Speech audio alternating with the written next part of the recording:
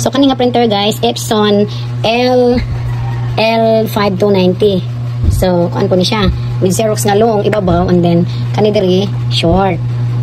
So magpili ka og pila ka copy yung kag unom kanira tuplo ko yung unom kung 20 2 og 0 kung 10 1 og 0 or 13 1 og 3 okay din ka kung short imo gamiton pero og long imo ra ni siyang ihayang ngana ihayang gina siyang na gusto ni mo friend ihayang ngana ra good hayang na siya